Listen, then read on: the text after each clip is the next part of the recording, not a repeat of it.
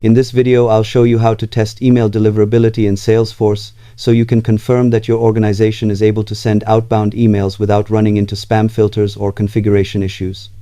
Start by clicking the gear icon in the top right corner and opening Setup or Advanced Setup to reach the administrative control area. In the quick find search box on the left, type Test Deliverability and open the page dedicated to this built-in check. Enter an email address you can easily access, usually your own work inbox. Then run the test so Salesforce sends a small controlled batch of messages that reflect different formats and headers.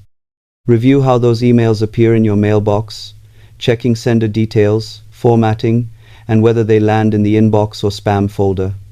Using the same address across repeated tests helps you compare results over time and quickly spot authentication or filtering problems. Subscribe for clear beginner tech tutorials and honest walkthrough videos every week.